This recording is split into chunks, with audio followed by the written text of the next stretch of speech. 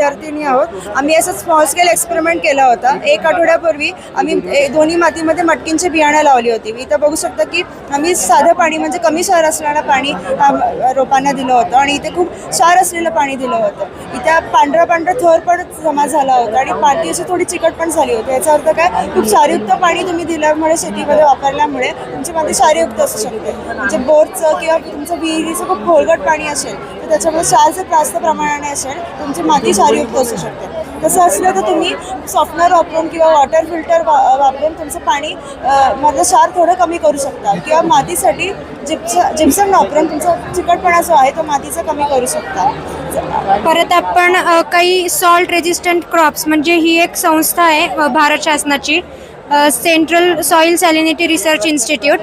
तर त्यांनी ही काही पिकं शोधून काढली, तांदळाचे, गव्हाचे वगैरे वेगवेगळ्या व्हरायटीज.